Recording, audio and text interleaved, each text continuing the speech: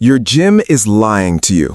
Not on purpose, not maliciously, but every coach who ever told you to sit back like you're lowering into a chair was teaching you a lie wrapped in good intentions. Chairs are a human invention, barely a few hundred years old in the way we use them now.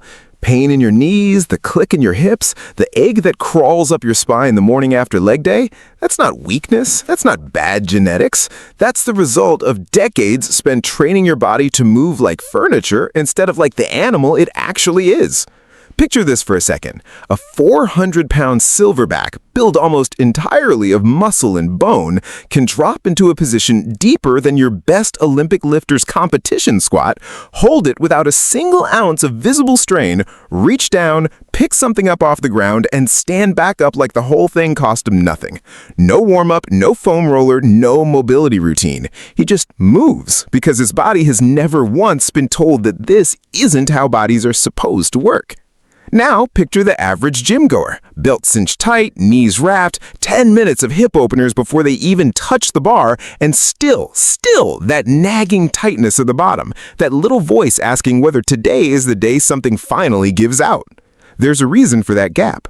And it has nothing to do with how much weight he can move compared to you. It has everything to do with what each of you has spent your life training your body to believe is normal. He's never sat in a chair. He's never spent 8 hours hunched over a keyboard. He's never been told his joints are fragile, that depth is dangerous, that he needs special equipment just to move the way his own body was designed to move. He simply moves every single day the way his ancestors moved, and his joints stay capable because they've never been given a reason to forget how.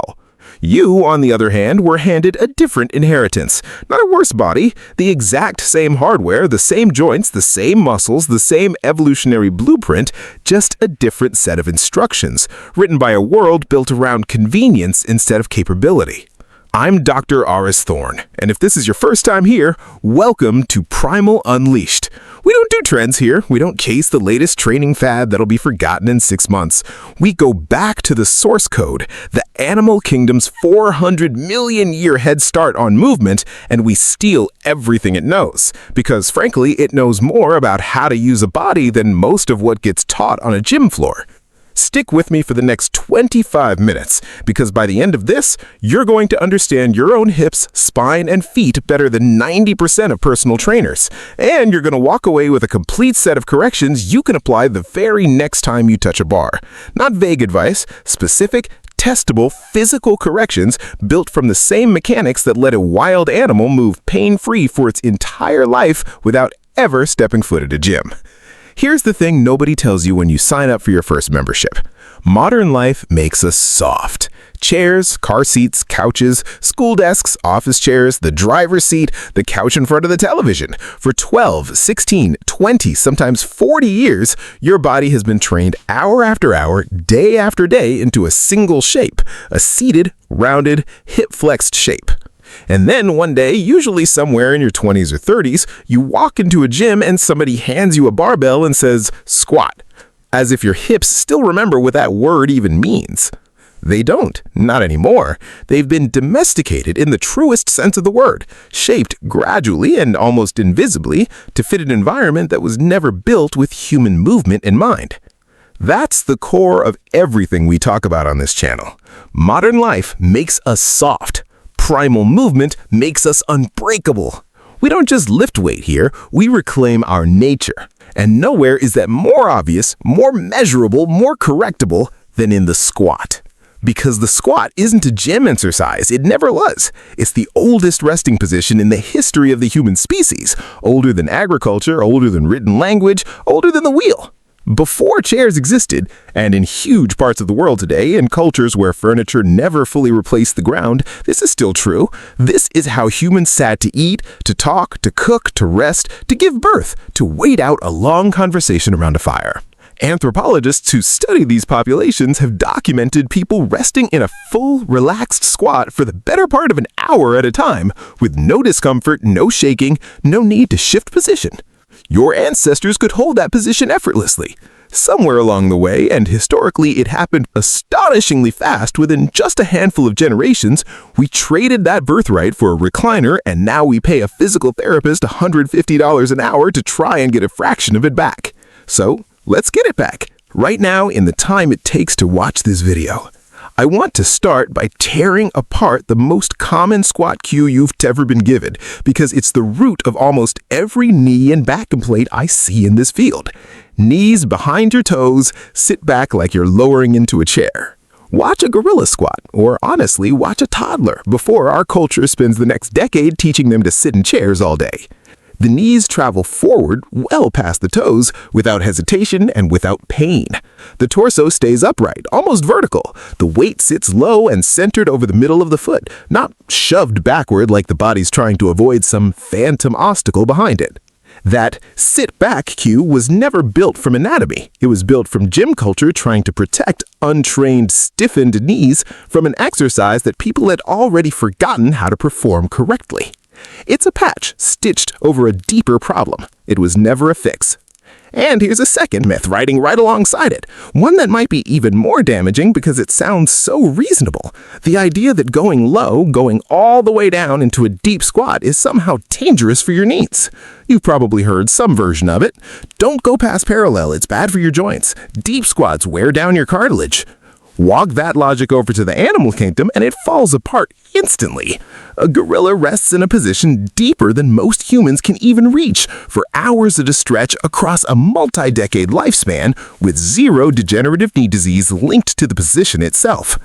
Populations of humans who squat to rest for hours daily, the way much of the world still does, show some of the lowest rates of knee osteoarthritis on record, not the highest. Joints are not glass. Cartilage isn't worn down by use the way a tire is worn down by miles. It's nourished by movement, by compression and release, by exactly the kind of loading a full squat provides. What actually damages a joint isn't the depth. It's a joint forced into a range it was never prepared for, loaded suddenly without the surrounding tissue ready to support it. The danger was never the bottom position. The danger was always the unpreparedness. So if depth itself isn't the enemy and the chair cue isn't the answer, where does the real problem live? It lives in three places: your pelvis, your spine, and your feet. Fix those three, and the knee pain, the backache, the mysterious clicking, most of it resolves on its own because you finally stop fighting your own skeleton instead of working with it. Let's start with the pelvis because everything else in this script builds on top of it. Look at a quadruped's pelvis, a gorilla's, a dog's, even a house cat's. The pelvis sits in a position that allows the hip joint to move through an enormous range without ever forcing the lower spine to compensate for what the hip can't deliver. The hip does the work it was designed to do. The lower back stays quiet, stable, and largely uninvolved the entire time, exactly the way it's supposed to behave. Now look at the modern human pelvis after years spent sitting in a chair. Your hip flexus, primarily a muscle called the psoas, running from your lower spine down through your pelvis to the top of your thigh, along with a smaller muscle called the rectus femoris, running down the front of your leg, physically shorten over time when they spend most of every day in a flexed seated position. They tighten the way any tissue tightens when it's held in one shortened range for years on end, and a tight hip flexor does something sneaky, something most people never connect to their squat at all. It pulls the front of your pelvis downward and forward, dragging your lower back into an exaggerated arch, even when you're just standing still. Picture your pelvis as a bowl sitting on top of your legs. Sitting all day tips that bowl forward, spilling everything toward your lower back instead of letting it rest balanced and level. I've had clients walk into my practice convinced their squat pain was a strength problem, convinced they just needed to build up their core or get stronger glutes. And in session after session, the actual issue was sitting right there in their pelvis the entire time. A 15-year-old desk job had quietly stolen their hip range, 1 8-hour day at a time, and nobody had ever shown them how to take it back. So when you walk up to a barbell and try to squat, your hips don't have the full range left to give you because they're already stuck in a partial flex from 8 hours behind a desk, a steering wheel, or a couch. Your body, being remarkably resourceful, has to find that missing range from somewhere else, and it steals it from your lower spine. That's the rounding you see at the bottom of a heavy squat, the moment your lower back loses its shape and folds. That's not a strength problem, that's a stolen range problem, and your lower back is the one quietly paying the bill, set after set, year after year. Here's the correction, and I want you to actually do this with me right now if you're standing. Stand tall. Place both hands on your hip bones, thumbs pointing back toward your spine. Now, without moving your feet, tuck your tailbone slightly underneath you, like you're trying to flatten out the curve in your lower back, and feel your hip bones rotate backward and upward beneath your hands. Hold that for 3 full seconds. Now, let it go and feel the bowl tape forward again, back into that familiar, comfortable arch. That motion, being able to consciously rotate that bowl back to neutral on command without bracing or straining, is exactly what a Silverback never lost and what most desk-bound humans have buried under a decade or more of sitting. Before you load a bar, do 10 slow, controlled reps of that tilt. 2 sets every single session, no exceptions. It costs you 90 seconds, and it resets the foundation that everything else in this script is built on top of. If you want a second layer on top of that, add this. Lie on your back, knees bent, feet flat on the floor, and gently rock your pelvis through that same tilt. 10 slow reps, paying attention to how much smoother and farther the motion feels lying down versus standing up. That difference tells you how much of your tightness is coming from gravity and habitual posture rather than pure structural limitation.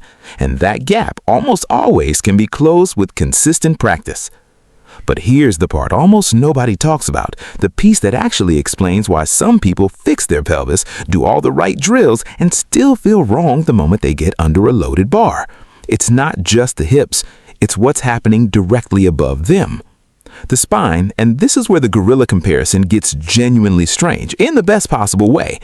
A gorilla's spine under load stays in what we call a neutral, almost rigid column.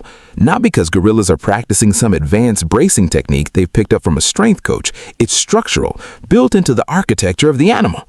Their thoracic spine, the upper and mid-back section, naturally holds a position that transmits force in a clean, straight line from the ground up through the hips, through the trunk, and out through the limbs. There's very little wasted motion in that chain, very little collapse anywhere along the way. Very little collapse anywhere along the way. The modern human thoracic spine, by contrast, spends the overwhelming majority of its life curled forward, over a laptop, over a phone screen, over a steering wheel, hour after hour, day after day. We call it upper back rounding, and it's become so common that some physical therapists have joked it should just be classified as the new default human shape. The problem is that rounded position eventually becomes your spine's comfortable setting, the shape it defaults back to the second you stop consciously correcting it. So the moment you load weight on your back and try to squat, your spine doesn't snap obediently into a strong, straight column the way a gorilla's does. It tries to default right back to the curled shape it knows best, the shape it's practiced for thousands of hours without you ever noticing. And a curled spine under load is a spine that's far more likely to get hurt because the force isn't traveling in a straight line down through bone anymore. It's bending, folding through soft tissue that was never designed to bear that kind of compressive load. And bent things eventually break. There's one more piece tied directly into this, and it matters more than any cue I could give you. Your breath. A gorilla bracing under load doesn't think about bracing. The connection between breath and spinal stability is automatic, built in. For humans, that connection has to be relearned consciously because shallow, chest-based breathing has become the norm for the same reason rounded posture has. Years of stress, years of sitting, years of never being asked to breathe any other way. Before you set up under a bar, take one full breath low into your belly, not your chest. Feel your stomach press out against your hands if you place them there, and hold roughly 75% of that breath as you begin the lift. That single shift in how you breathe creates internal pressure that supports your spine from the inside out, the same way a gorilla's trunk pressurizes itself automatically the instant it bears weight. Here's the fix for the spinal piece itself, and it's almost insultingly simple once you understand the mechanism behind it. Before every set, do this. Stand tall, reach both arms straight overhead like you're genuinely trying to touch the ceiling, and push up hard through your fingertips for 2 full seconds. Then, bring your arms back down to your sides and immediately pay attention to your upper back. For most people, it sits up taller, broader, and straighter for roughly 30 to 60 seconds than it did before that reach. That brief window is your spine's natural, structurally sound position, the column a gorilla holds without ever having to think about it. Get under the bar inside that window. Don't go chasing a cue like squeeze your shoulder blades together, which most people perform incorrectly anyway, and which can actually create more tension and instability than it solves.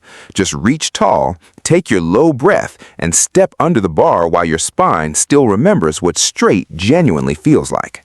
I worked with a client a while back, a software engineer, 10 hours a day at a keyboard, who'd been chasing knee pain for almost 2 years, blaming his quads, blaming his shoes, blaming everything except the part of his body that was actually causing the problem. We never touched his knees directly in our first session. We worked entirely on his pelvis and his thoracic spine. 3 weeks later, the knee pain he'd been managing for 2 years was simply gone. Not because we fixed his knee, but because we finally stopped forcing it to compensate for 2 joints that weren't doing their job. He told me afterward that the strangest part wasn't even the pain disappearing. It was realizing he'd spent 2 years and several $100s treating a symptom, while the actual cause sat 1 joint away the entire time, untouched, because nobody had ever thought to look there. Last piece of the puzzle, the feet, and this might be the most overlooked of the 3 corrections, even though it's the one closest to the ground, quite literally the foundation everything else stands on. A quadruped's foot or paw, or the hand-like rear limb of a gorilla, spreads contact across a wide surface and grips the ground actively. Every single moment it's bearing weight. There's constant low-level engagement between the limb and the earth beneath it. Nothing is passive. Nothing's just resting there, waiting for gravity and a stiff shoe to do the stabilizing work for it. Compare that to the modern human foot, jammed for decades into shoes with rigid, narrow soles that don't allow the toes to spread, don't allow the dozens of small intrinsic muscles inside the foot to do the job they were built for. Over years of that confinement, those muscles essentially fall asleep. Your arch collapses slightly, almost imperceptibly at first. Your weight starts rolling inward at the ankle and the knee the second you load a heavy squat. And that inward roll is exactly what produces that mysterious knee click so many people assume must mean something is structurally wrong inside the joint itself. Often, it isn't the joint at all, it's the foundation underneath it, quietly failing to hold its shape. There's a reason barefoot or minimal footwear practices have exploded in popularity in athletic circles over the past decade, not as a fad, but because coaches kept noticing the same pattern I noticed in my own practice. Clients who spent time training their feet directly, even just a few minutes a day, saw knee and ankle complaints fade in ways that years of cushioned supportive shoes had never managed to fix. It's worth remembering that the heavily cushioned arch-supported shoe is an extremely recent invention in the long history of human movement, a few decades old at most, designed primarily for comfort and marketing rather than for restoring natural foot function. For nearly the entire span of human history before that, feet did the stabilizing work themselves because nothing else was doing it for them. We didn't evolve weak feet. We built an environment so accommodating that our feet never had a reason to stay strong. The correction? Before you squat, spend 20 seconds standing barefoot, weight distributed evenly across the whole foot, and actively spread your toes. Try to widen the front of your foot like you're trying to take up more floor space without curling your toes underneath you. Then, as you set up under the bar, screw your feet into the floor, both feet rotating slightly outward against the ground, as if you were trying to twist the floor apart beneath you, even though your feet themselves never actually move. That single cue activates the outer hip and stabilizes the knee far more effectively than the old knees out instruction, because it's driven from the ground up, the exact way every 4-limbed animal on the planet actually generates and transmits force. A second drill if you want to go further. Spend 2 to 3 minutes a few times a week simply standing and shifting your weight slowly from heel to toe, side to side, paying close attention to every part of the foot making contact with the ground. It sounds almost too simple to matter, but remember, these small stabilizing muscles have effectively been asleep for years. Waking them back up doesn't require anything dramatic. It requires consistent, unglamorous attention, the same kind of patient repetition that rebuilt your pelvis and your spine. Now here's something important, something I really want you to sit with before we move into the test. These 3 corrections don't work in isolation. They're connected the same way a gorilla's entire body works as one coordinated system rather than 3 separate parts bolted together. Fix your feet, but ignore your pelvis, and your knees will still cave under load because the hip above them is still stuck. Fix your spine, but ignore your feet, and your upper body will hold beautifully while your ankles betray you at the bottom. The reason most people who've tried fixing their squat before have failed isn't that the advice they got was wrong, it's that they were only ever given one piece of a 3-piece system, and one piece alone was never going to be enough to rebuild the whole pattern. Think about it this way. A chain doesn't care which link is weakest. It breaks there regardless of how strong the other links happen to be. Your body works exactly the same way under load. You can spend months perfecting your pelvic control and still feel pain at the bottom of a heavy squat, not because the pelvic work failed, but because the load found its way to whichever link in the chain hadn't been reinforced yet. That's not a reason to give up on any single correction. It's a reason to keep working through all 3 patiently until the whole chain holds. This is also why I don't want you trying to fix all 3 at once under a heavy bar today. Animals don't train multiple corrections simultaneously either. They simply move repeatedly in patterns that reinforce the right mechanics until the right mechanics become the only mechanics they know. The realistic way to apply everything in this script is across 2 to 3 weeks, not 2 to 3 minutes. Week 1, focus almost entirely on the pelvic drill every day, even on days you're not training. Week 2, layer in the spinal reset and the breath while keeping the pelvic work going in the background. Week 3, bring in the footwork and start combining all 3 into your actual warm-up before you touch a bar. By week 4, you're not thinking about any of these as separate corrections anymore. They folded into a single, unified way your body sets up to squat. The same way a gorilla never has to consciously assemble its mechanics piece by piece before moves.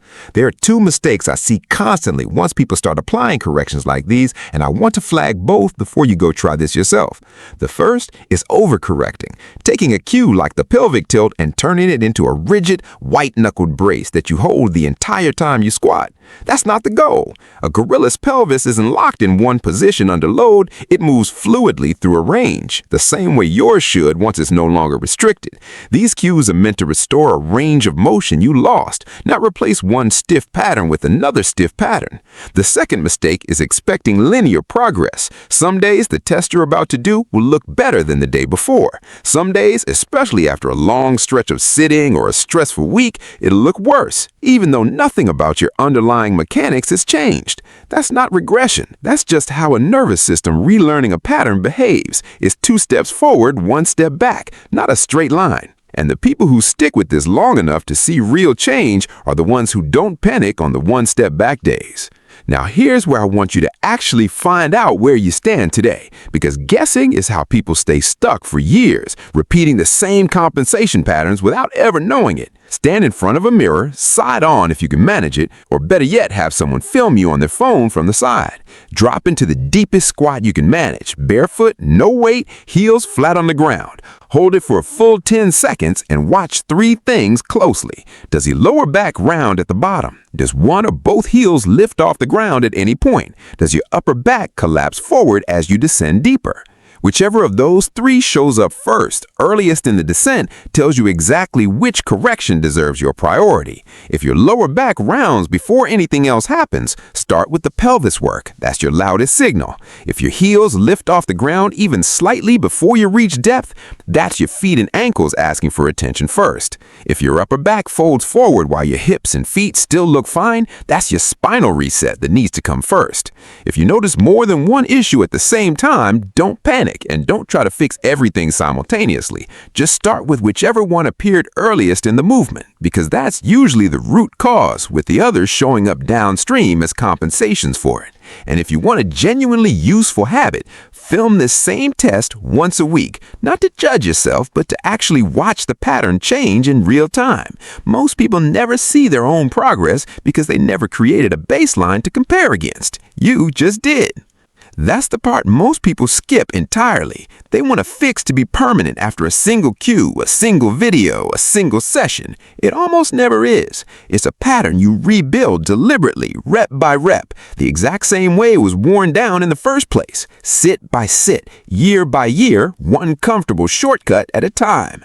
So here's what I genuinely want you to take away from everything we just covered. You were never weak. Your knees were never fragile. Your back was never fragile. Your body simply adapted with total, uncomplaining obedience to the environment you spent the last 20 or 30 years living inside. Chairs, car seats, screens, shoes that never let your feet move the way they were built to move. That's not a character flaw. That's just what bodies do. They adapt to whatever you consistently ask of them, for better or for worse, without ever asking your permission first. The good news, the genuinely good news, is that adaptation runs in both directions. The same body that learned to fold itself into a chair shape over 2 decades can just as reliably relearn the shape it was actually built for. That's not motivational poster nonsense. That's basic physiology. Tissue remodels, range of motion returns, often faster than people expect once they finally give it the right, consistent signal. Nervous systems update their internal map of what counts as normal movement. It happens slower than any of us would like, but it happens reliably, predictably, as long as you keep showing up and giving your body the right input over time. Hit subscribe. This is the entire foundation of what we do here on Primal Unleashed. Modern life makes us soft. Primal movement makes us unbreakable. We don't just lift weight, we reclaim our nature, one honest, deliberate rep at a time, the same way every animal on this planet that never lost its movement has been doing without thinking twice about it for millions of years. If you want the next piece of this puzzle, I've got a video breaking down why your deadlift set up at fighting against your own shoulder anatomy and almost exactly the same way your squat was fighting your pelvis. And the fix is just as simple as everything you learn here today. It's sitting right there on the channel, waiting for you. Go watch it next, do the work, film your own test, and I'll see you in it.